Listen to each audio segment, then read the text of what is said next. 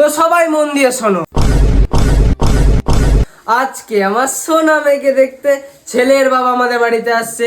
ওরা কিন্তু খানদানি বড় লোক, তো সবাই এমন ভান করবে যাতে বোঝা যায় আমরাও বড় লোক। আসুন আসুন বিয়াই, বসুন বসুন বসুন বসুন। তো কেমন আছেন বলুন? ভালো। তো কি খাবেন বলুন? না না না, আমি এখন ডায়েট করছি, কিছু খাবো না। আহা, আপনার আমি অনেক নাম ডাক শুনেছি, আপনার নাকি অনেক আছে। আরে বাবু কোথায় যাচ্ছিস? কলেজ? না ড্যাডি, আজকে আমার শরীরটা এমনি খারাপ লাগছে, আর এমনি তো কলেজে এক্সাম আছে, তাই আমি কলেজটাকে ঘরে রেখে দিচ্ছি। এই শোনো না, পাশের পাড়া যে বাংলোটা, সেই বাংলোটা 75 লাখ টাকা দিয়ে কিনে নিয়েছি। আর কাল বিকালে একটা কীর্তন রেখেছি। সেই কীর্তন কে করতে আসবে জানো? বিটিএস রা। এটা দাদা শোন না, আমাকে 90,000 টাকা দে না। কেন, শপিং করতে আমি বুঝি? আরে না না, বোর হচ্ছিলাম তাই ভাবলাম টাকা ছিড়বো।